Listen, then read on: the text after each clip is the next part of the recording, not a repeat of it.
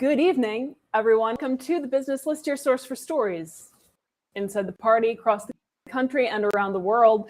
We are LP Alliance, an intercoalition rebuilding the Libertarian Party and revolutionizing the liberty movement.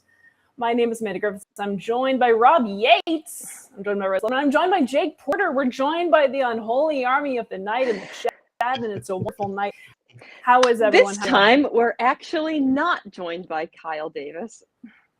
We're never joined by Kyle Davis. He's always just there. He's usually kind of there not in here. body, but He is not here tonight. I mean, he's with us in spirit, at least.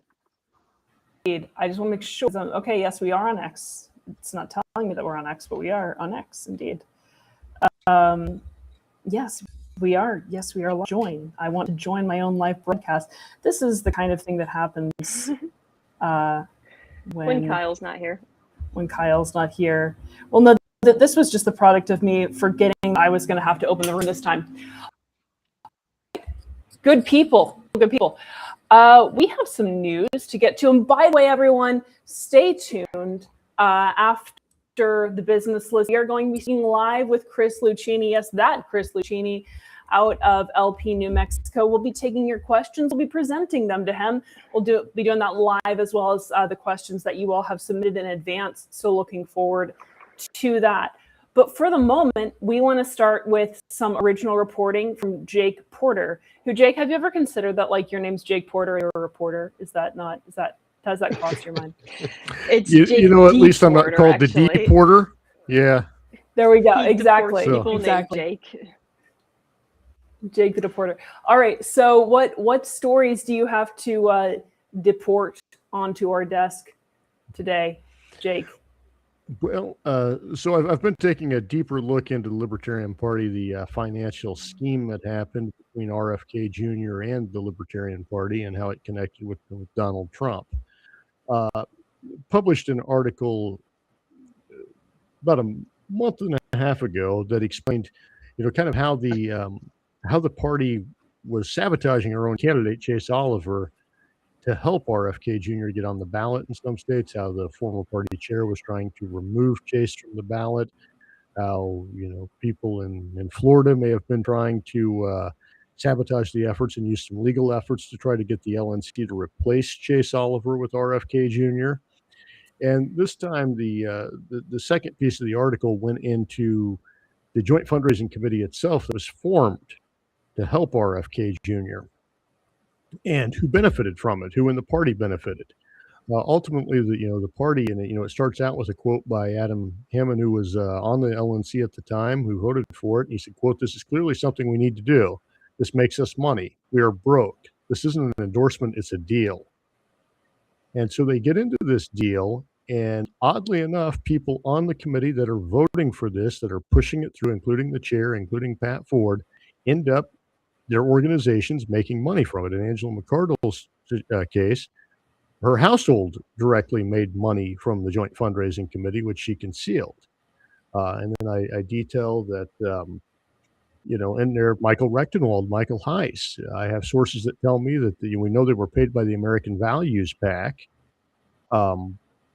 Sources tell me they were paid to get money from the joint fundraising committee. They were paid to sign up state affiliates to the joint fundraising committee, and they were paid through a separate PAC, coordinating with a PAC between the Kennedy campaign.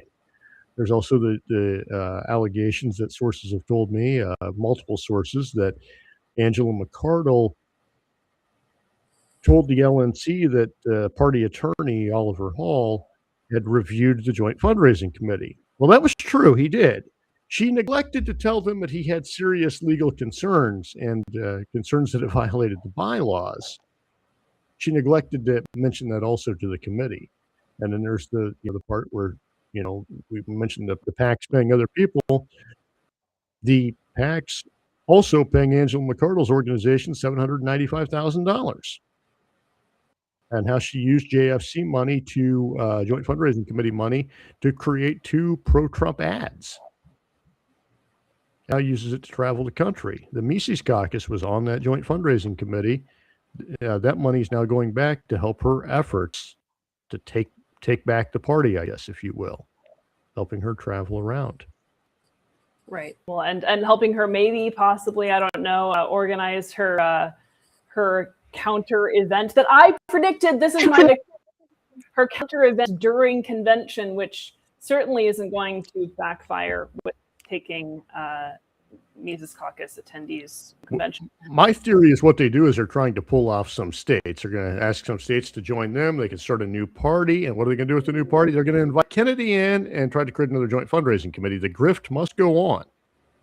Indeed. And this is the only thing. I feel like the Kennedy people are, I don't think they were ever really that interested, but I feel like they're even less interested now. Like they got what they needed, and they've got. They will find some random person named Kennedy, and they'll be like, "Oh, come on, just." I thought they were all about Joe Exotic and his followers now, or was that a couple months ago, and now they've moved on to. Well, I got. She blocked me on Twitter a couple years ago because she had was playing the part saying Joe Exotic had no business running as a libertarian and used her position as chair to do this. And then when Kennedy comes around, she's like, "Oh, I can't use my position to say anything." And so I posted that music video Sellout, and I got a block for that. You know, it was, but now she wants to pardon Joe Exotic. Yeah.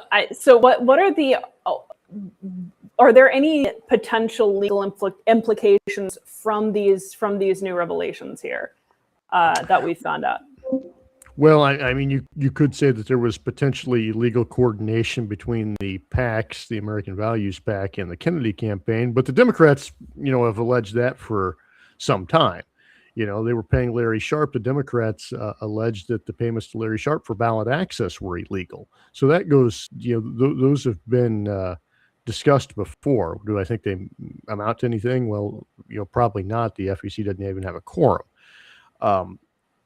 There is the real clear case of, McArdle misleading the committee. And if so, that might be a legal implication in her case, if true, and my sources are correct on that, which I believe they are.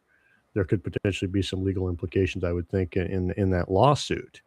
Mm-hmm. Mm-hmm. Oh, just another day of uncovering these revelations. So have you written the third part, or are you still doing some digging? And by the way, everyone, this is on Jake Porter's Substack.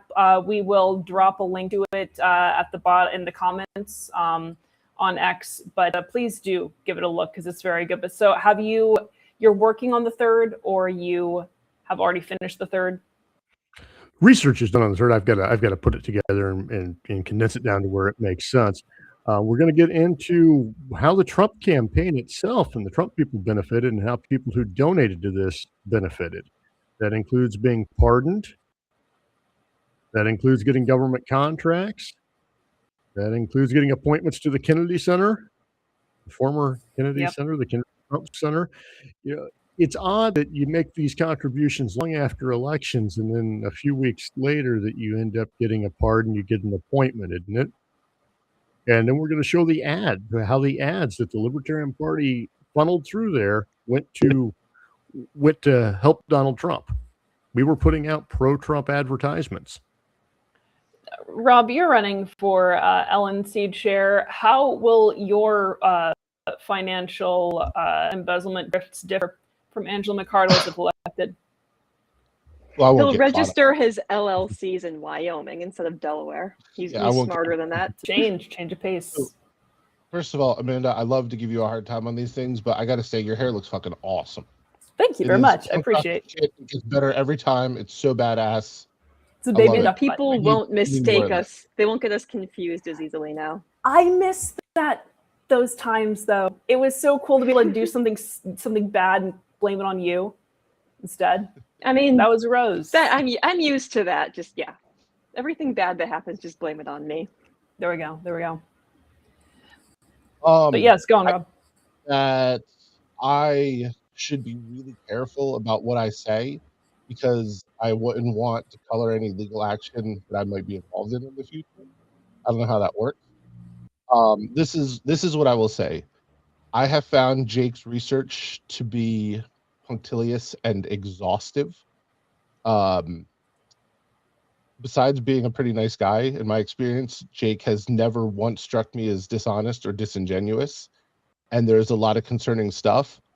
I don't know what the facts are, and honestly, it's probably something for the legal system to sort out. But if there is true illegal action, fraud, or embezzlement, then we should take action. I agree.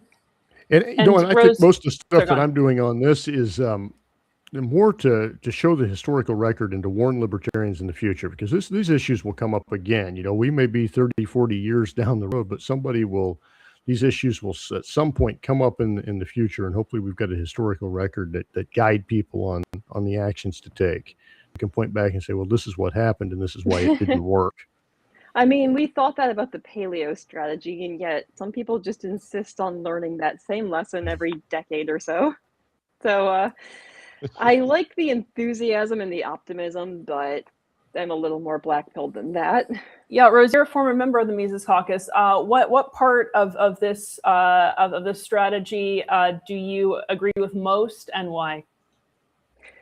Well, I agreed with essentially when they first started. It seemed like a group of people who wanted to kind of take the Libertarian Party back to its roots as, a front for promoting a radical libertarian message, getting back to the basics on Austrian economics, when there was a lot of, or I feel like there were a lot of milquetoast Chicago school types in the party. There were a lot of people who thought, if we just stay moderate and stay, middle of the road, don't scare people away, we can get 3% of the vote, which, okay, that's not a bad thing because that does give you some degree of bargaining power. However, it's not really winning people over. I don't think it's really bringing about the type of social movement that we want to see.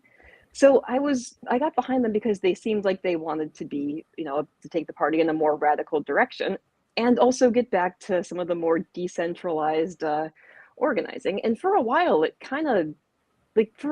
was fairly decentralized. Like we had our New York chapter. A lot of them were local to me. We'd do regular get-togethers.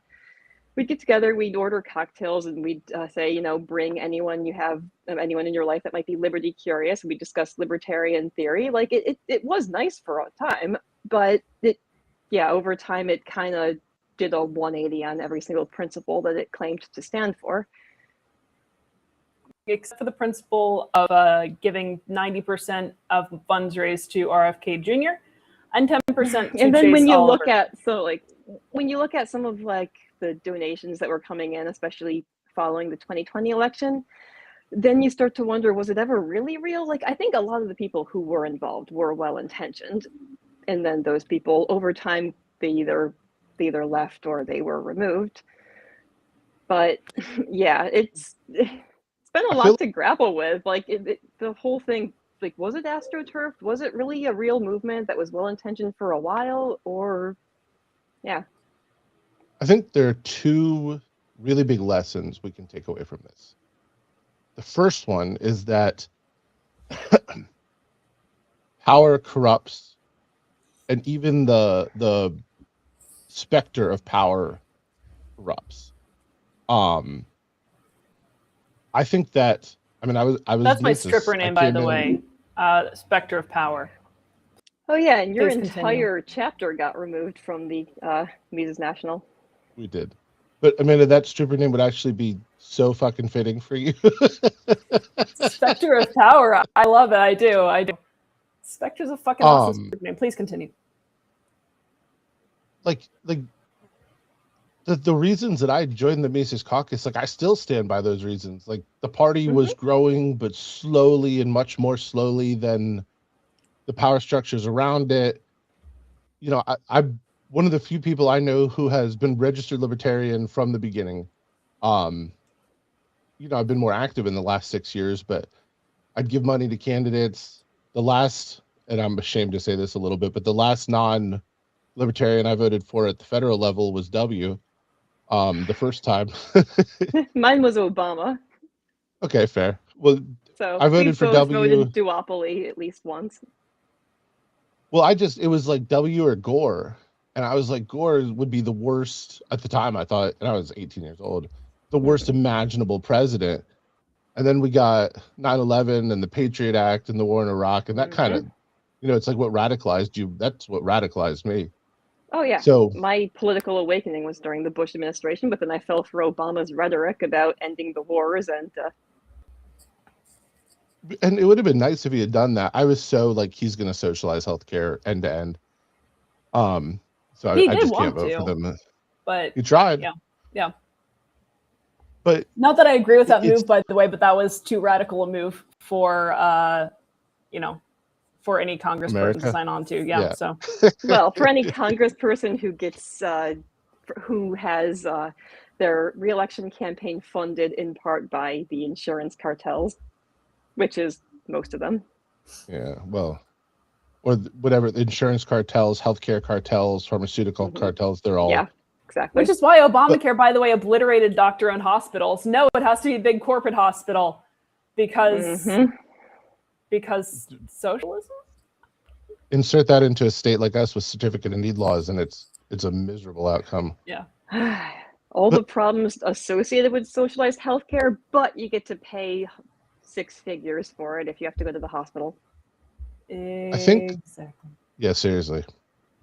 I think the other lesson is that, let's step back for a second, take all personal element out of it whatsoever, and just look at it as like a pure strategy for victory. If we really could get a voting block of everyone who is a big or small L libertarian who would support duopoly candidates based on certain promises and hold them accountable if they didn't stick to them, I don't think that theoretically is a bad strategy. The problem is it's not viable. There's no way to hold them accountable. Trump made a bunch of promises, and in his defense, like, I don't want to downplay this, he did free Ross, and that was a really big thing. And then he went and he was like, now I'm going to be Blowing up least boats, freedom- accused Yeah, of carrying yeah. drugs. Exactly. Yeah, what is every single thing I can do that is anti-liberty? And just to prove to you what a demagogue I am, I'm going to get all of my followers to pretend like they supported this from the beginning. And what's been amazing to me is it's worked. Like, it's worked brilliantly. Like, MAGA people, a lot of people who I otherwise respect, like, claim to have principles, good people. They stand by the Second Amendment. They don't like violence. They don't like war. But all of a sudden they're like, but we can't have a nuclear armed Iran. Like, You can't bring a gun to a protest. That means Yeah, you went exactly. there looking It- for trouble. it's Which is why- mind-boggling. It really is incumbent on the Libertarian Party to bring principle back to politics because our major parties are policy parties. They are by design their policy parties. So they argue for particular policies, and those policies shift based on the interests of elite policy demanders, which again also a lot of times will shift allegiances, but they'll usually pick one and stick with it for several decades at least.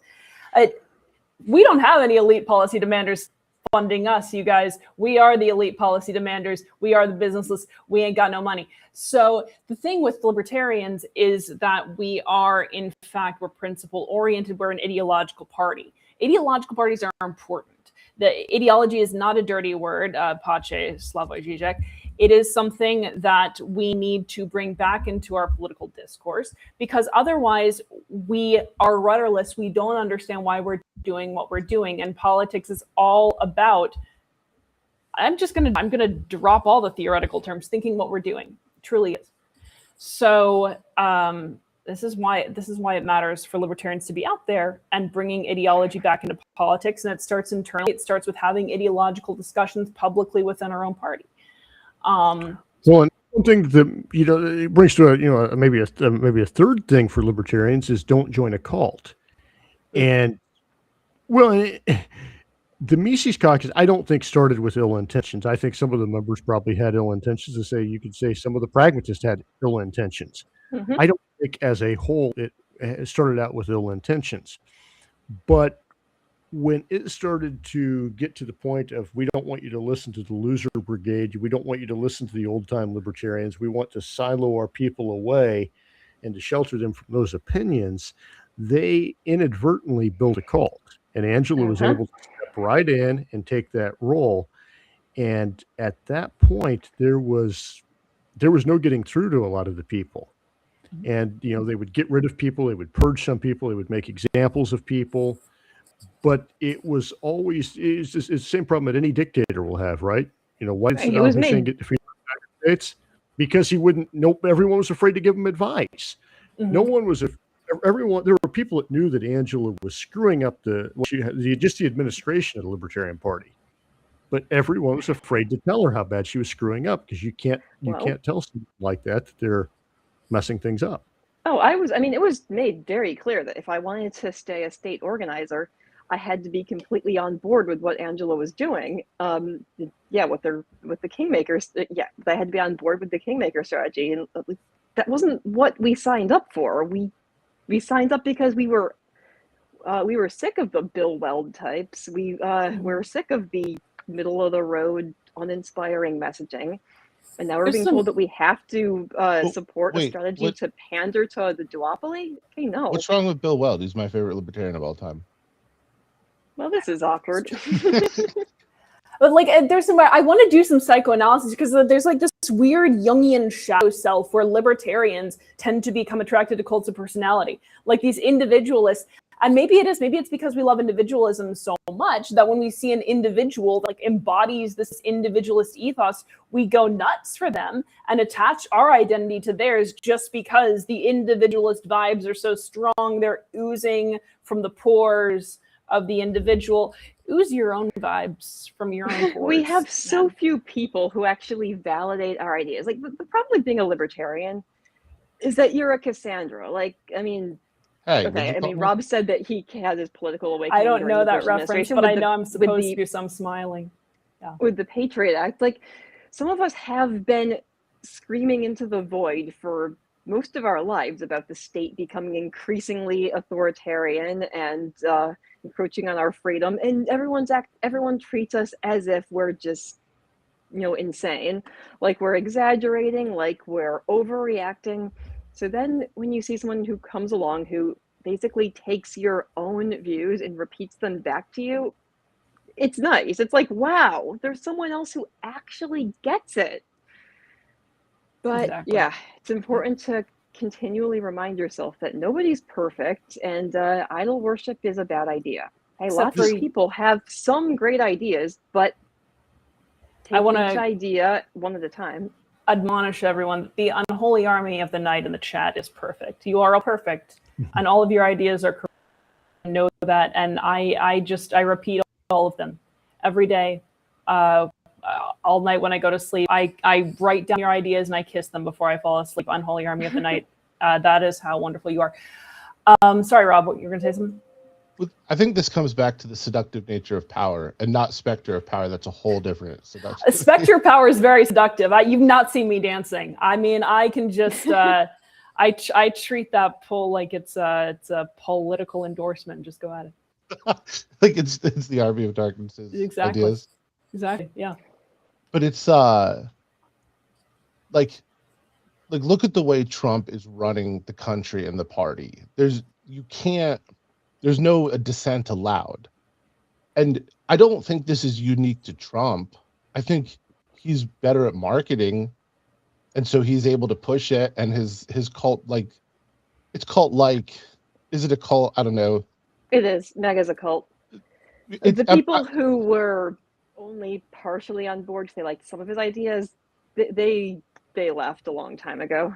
At this point, I want to be clear. I'm not saying like it's not a cult. The psychology is clearly the same. I've never operationally defined cult, so I don't know if I want to throw that word out there, but the psychology is exactly the same.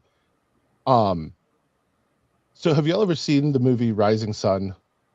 I don't with watch Wesley movies. Snipes and I don't enjoy Sean life. Connery? Yeah. No. You're an interesting person.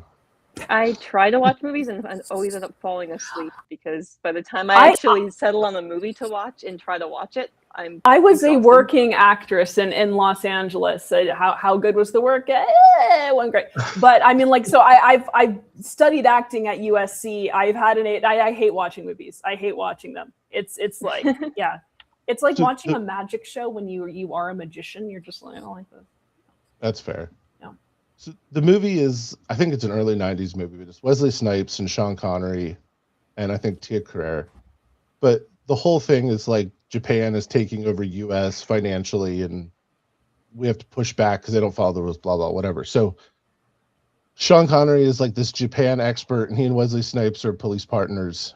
And Sean Connery has this line where he's like, "Do you know what the difference is between Japan and the United States?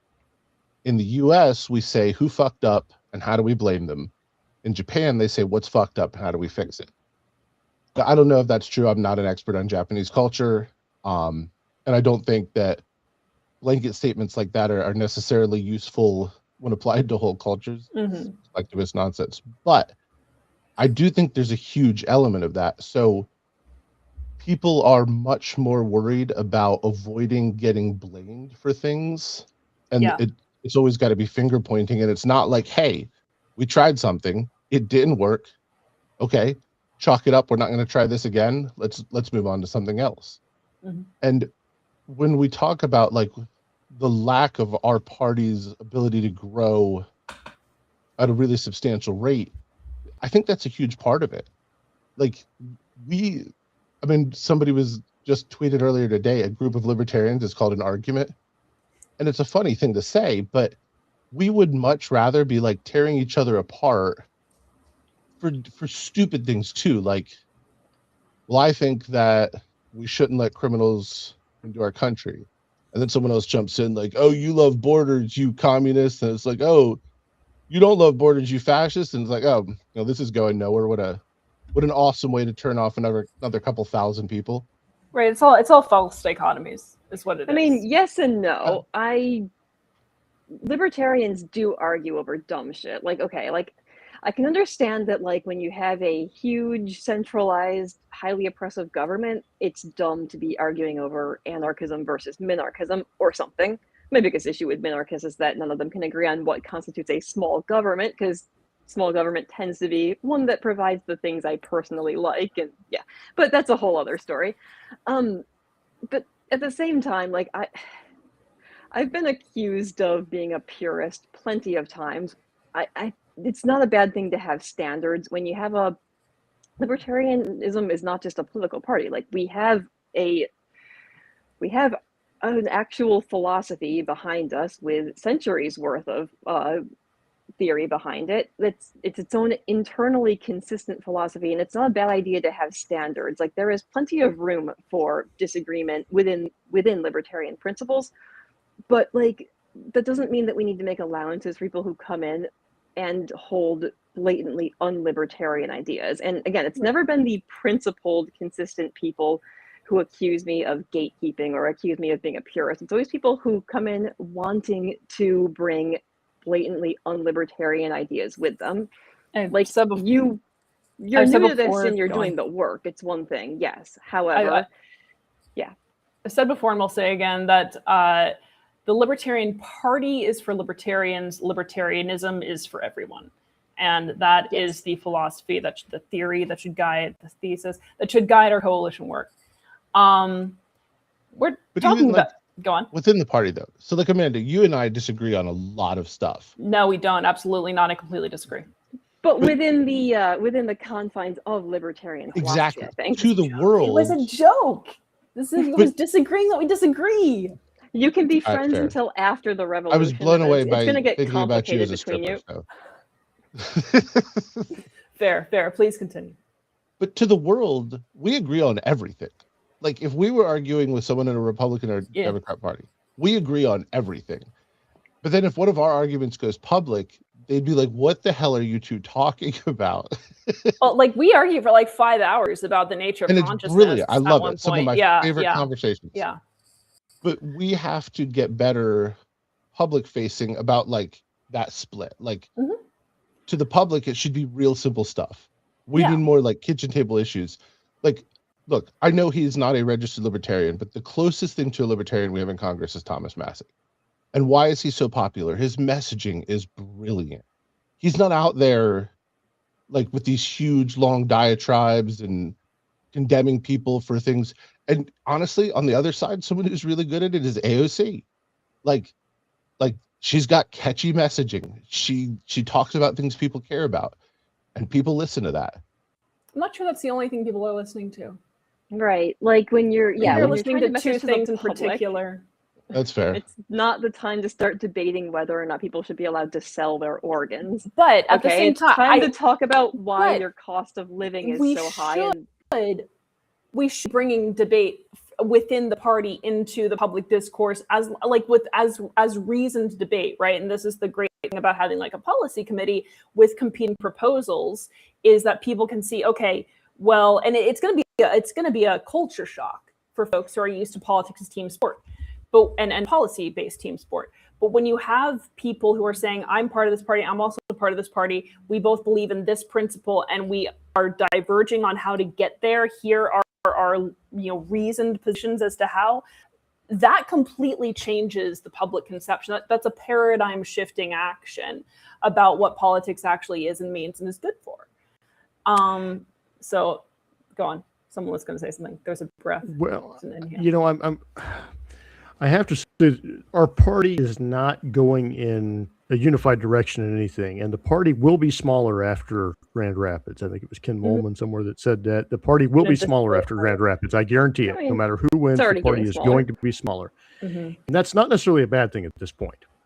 Someone's going to have to go out of this. And in my opinion, if you defend embezzlement, and when you calling out embezzlement as part of infighting and you try to stifle that debate, it's time for you to go. We're not going in the same direction. If you believe that the party should sell out to RFK Jr., I don't want to be in a party with you. I don't think we can coexist together. We're not going in the same direction. That's going to happen after Grand Rapids. I can just about guarantee it. And the party will be smaller after that. And that is a good thing. Then we can get back to having those legitimate arguments that we've had in the past.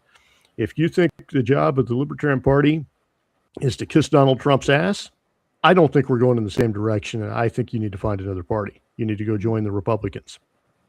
Yep. Speaking of kissing Donald Trump's ass, that's what people have been doing, and it hasn't been serving him with the war in Iran. So apparently, Trump has basically been surrounded by yes men. I know that's a shock. And so there's a bit of a discrepancy in the public perception of what's going on in Iran and what he believes people believe about what's going on in Iran. Of course, as we know, there have been various proposals for a lasting cessation of military action, tossed back and forth, and it's not really going anywhere. Trump, by the way, I think this is important to note, although when he said in March that regime change is something that he definitely wants to be involved in Iran, he, on April 1st, denied that ever being the goal. The goalposts are shifting when it comes to Iran, and Strait of Hormuz is likely not going to be operating at capacity for quite some time, which is driving up prices considerably. And this is the thing, like the Middle East has always been a proxy region, right? It's always been a proxy region. It was during the era of the USSR. It is now. In fact, now it is more for, Chris is on early, so we're not going to add him right now. Now it is more for China and the US and Russia. But we've had Trump make some very cavalier statements about about violence. So we're going to read actually a great statement from Bruno Pereira, who is the chair of the New Jersey Libertarian Party, who says New Jersey Libertarian Party denounces the genocidal rhetoric of President Donald Trump. On April 7th at 8:06 a.m., Trump's social media platform Truth Social, and wrote, "A whole civilization will die tonight, never to be brought back again." This comes just 2 days after his infamous Easter post, wherein he said, "Open the fucking strait, you crazy bastards, or you'll be living in hell. Happy Easter." Well, certainly not the first time President Trump has delivered less than presidential messaging. This recent turn towards genocidal rhetoric is wrong, dangerous, and wholly unbecoming of the leader of the free world. The President of the United States is not a private citizen, but a civil servant empowered to serve and protect all Americans. World leaders and millions of innocent people across the globe take his words seriously. When the president speaks casually about annihilating an entire country, that rhetoric carries very real consequences. The normalization of this kind of discourse is dangerous. talking about destroying entire nations is reckless. Callously dismissing the well-being of the same Iranian people he promised to live is inexcusable. The statement goes on, but it is worth noting, right, that, and I think either you or Kyle pointed this out, Rose, in our chat, that on the one hand, we're talking about how we can't get involved in certain conflicts because it would lead us to nuclear war. On the other hand, Trump is openly threatening nuclear annihilation against certain countries. So it's not really about having a particular end on the table when it comes to nonviolence. And, you know, as we've seen with the Trump administration and Orban, it's not about America first. When they're talking about how we protect the Orban administration, we have to protect this administration that took a country that was leading the post-communist bloc when it came to actual prosperity and to the gutter. We have to protect this administration. Why? Well, because of the nativism. The nativism is greativism. It doesn't make sense unless you view politics as purely policy-oriented and based on in-group, out-group. If that happens, the fascism, the in-group, out-group, the blood and soil nationalism is a natural consequence. That is the end point of treating politics as blood sport. That it literally becomes blood sport. So there we are. So it is, nuclear Armageddon has at least been delayed anyway. What's the thing? When you're a leader of a major world power, I don't, because we already have people trying to downplay it, saying, "Oh, this is just how Trump debates," or "This is just how he makes deals." Of course, he's exaggerating. Of course, he's not serious. No, when you are the ruler of a major world power and you have access to the nuclear codes, you don't just casually threaten to wipe out an entire civilization.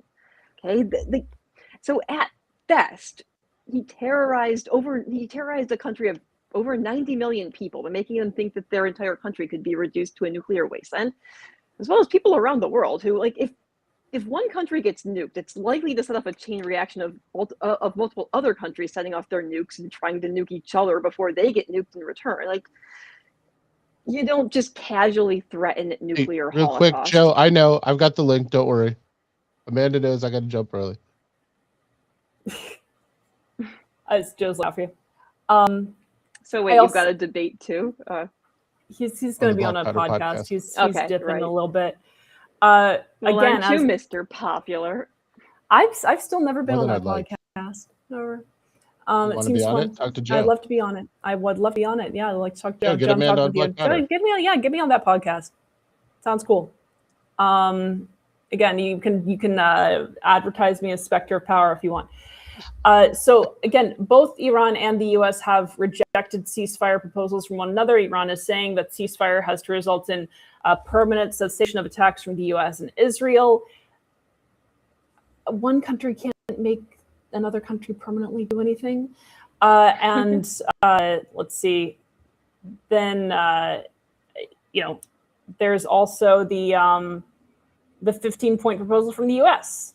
that Iran rejected, dealing with giving up its enriched uranium stockpile. Meanwhile, we are having. I believe in free. The U.S. has for all. Yeah, the U.S. has proven that they can't be trusted to honor deals, because as soon as the government, even if one president upholds a deal, like as soon as the government changes, which happens every 4 to 8 years, the next president might just decide that they're not going to honor it, and they can Trump might decide to tear up his own deal and ask who the idiot was that signed this thing, like he's done before. It changes every 5 minutes with him. We've also attacked. What moron signed this? How many times has the U.S. attacked while negotiations were underway? Like, there's no. You'd have to be crazy to try to trust the U.S. to stick to any of its agreements. You'd have to be crazy to not be trying to get a nuke, because it's the only way that you're safe from the U.S. empire and Israel, which is part of the same empire. Right. So we have all of that, and yeah, it's you don't listen to the U.S. when the U.S. tells you to give up your nuclear weapons. I know people feel differently about Ukraine. All I will say is this: there was an agreement, and everyone likes to forget this. There was an agreement that if the U.S. gave up its nuclear weapons, or sorry, that if Ukraine, that would be no, if Ukraine gave up its nuclear weapons, then the U.S. would defend Ukraine if Russia invaded, because that's why they were keeping the weapons. Mm-hmm. And Russia invaded. There are no nukes, and the defense has been lukewarm, especially coming from the Trump administration. You just don't listen. You don't trust a statist at their word, because the statist word is not their own. Pretty basic stuff, folks. We had a lot of different stories on the table, and I want to make sure, because Rose, you had something that you wanted to bring up and address. You had a story that you were very excited about. There have been a lot of domestic honestly, terrorism. It's so hard to cover all the news stories lately, because there's just so much happening that it's honestly overwhelming. You and then wanted trying to to talk triage and say about tissue paper Luigi. So tissue paper Luigi. I think that this is actually an important one in terms of like kind of showing where the US stands right now culture-wise. So there was a man in California who was a warehouse worker, worked in a warehouse that produced, that was storing toilet paper and paper towels, diapers, various paper products, who was angry at his employer for, in his mind, not paying him enough. So he started setting things on fire while saying, all you had to do was pay us a living wage. And I don't know if he expected the fire to spread as far as it did, but it resulted in a massive blaze that destroyed pretty much the entire warehouse. I don't condone doing things like this. I feel like we're going to start seeing a lot more of this type of thing. That people are losing it. People are lashing out. We have a cost of living crisis. Like, I think the last calculations, which are at least a year old, was that if you're just to live in an apartment and split it with one roommate and pay all your utility bills, your health insurance, your car payments, your car insurance, and your student debt, which most members of our generation have, you would need to be making at least $70,000 a year. So many people are not making that much. But people are lashing out at their employers for not paying them enough. And sure, maybe a lot of people are underpaid, but most warehouse workers, it varies by region, in my area at least, are making $20-something an hour. Even just 5 years ago, that was enough that you could get by on it. Now the cost of living just keeps increasing, and wages are not keeping up because costs of doing business also increase. So employers, like, they're faced with either raising wages, laying people off, or going under completely. We're going to see more of this. And when people are, like, during COVID, when tons of new money was printed into the economy, the crony capitalist billionaire class quadrupled their wealth. People are going to see things like that, and it increases resentment. Mm-hmm. So again, I think this plus toilet paper Luigi plus the original Luigi, these are important indicators, I think, of where we kind of stand as a culture. I think we're going to see a lot more of this type of violence going forward as life continues to get increasingly unaffordable for regular people. And people are left feeling as if there's no peaceful resolution to their problems. While their taxes are going up. Oh, yeah. Our taxes, our utility bills, because giant data centers are getting preferential treatment. Apparently over half of the data centers that were scheduled were canceled or postponed. And I think that's they a were lovely because thing. Of the fuel crisis. If there's one good thing that can come from this, well, there are actually a couple good things. One, the U.S. empire may finally be collapsing. Two, the fuel shortage means that they're probably, a lot of these data centers have been postponed indefinitely. I feel like bombing, and this is not an endorsement, I feel like bombing data centers is going to become the new bombing abortion clinics. It's going to become the new thing. People are going to do it. I feel like we're at that point in the movie now where the audience is asking, why didn't everyone just blow up the data centers while they still could? That's what people are trying to do. And you know what? I think data centers should be blown up with no one in them. So Of course, we're that's not why I don't think they monsters. should be. That's why I don't think they should be constructed in the first place. Then you don't have anyone in the data centers when they blow up because you don't have any data centers. But we used to should still work get rid of the in a farms. data center. Yeah, I don't want to get blown up. I mean, not you, Jake, not you. I mean, You, unless you you work can be for our an guy AI on the data inside. center. Yeah, you can be our guy on the inside. That's totally fine. Guys, I got Hey. 10 minutes. Go on, Rob. Yeah, What's up? I gotta jump. Debate on the Black Powder podcast. If you're interested, obviously I'm running for LNC chair. But for everyone watching, don't sleep on Amanda running for vice chair. I do love giving Amanda a hard time because she usually laughs at it, but she's maybe one of 3 people in the world I think is smarter than I am. I'm real cocky. And she has an awesome plan, and together we're gonna turn this party around. So please give Amanda your support. Love you all. Have a wonderful evening. Talk to you soon. Good evening. Have a great Good night, one. Rob. We don't go anywhere because in about 9 minutes we are going to be talking to. Did I freeze or did Rob just freeze? Rob looks frozen. I'm going to hide. Rob is gone. There we go. We're going to be talking with Chris Lucchini, and I asked the two of you if you also want to be part of that conversation. You respond, so I'm putting you on the spot.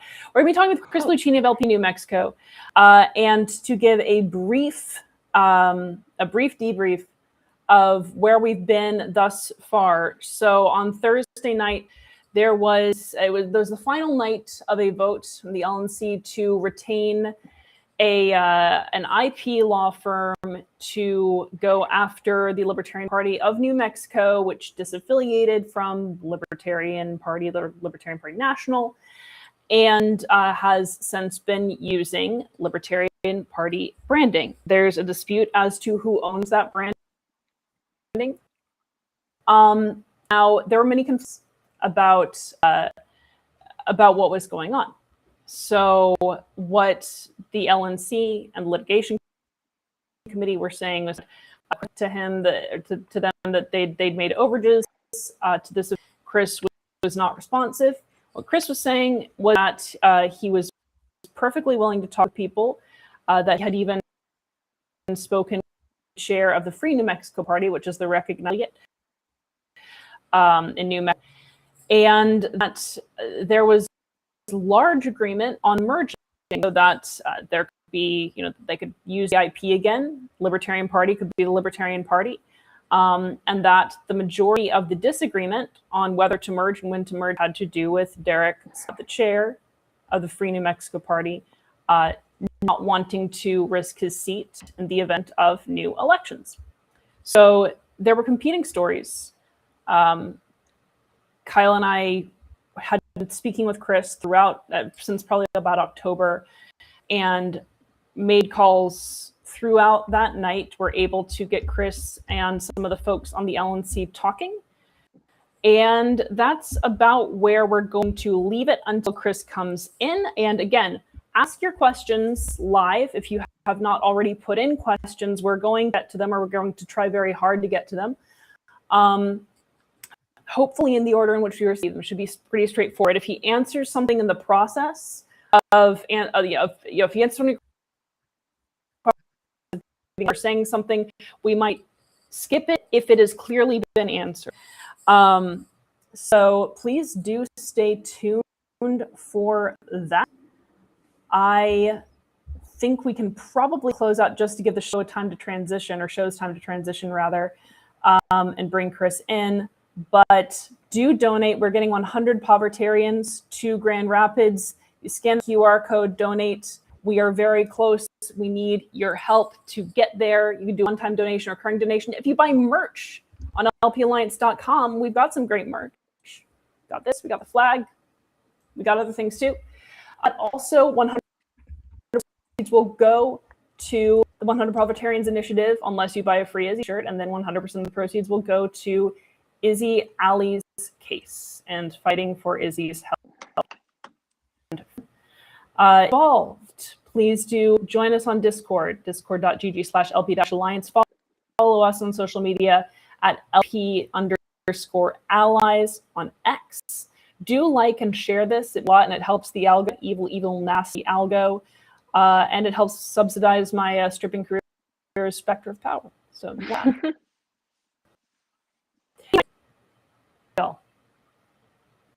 No, I mean, I'm sure we missed a lot of news stories, but we're just gonna have to save we them did. until next We did. week. We're rushing through. Having All to right. triage Libertarian Party news, which is like there's so much of that, and just national real news.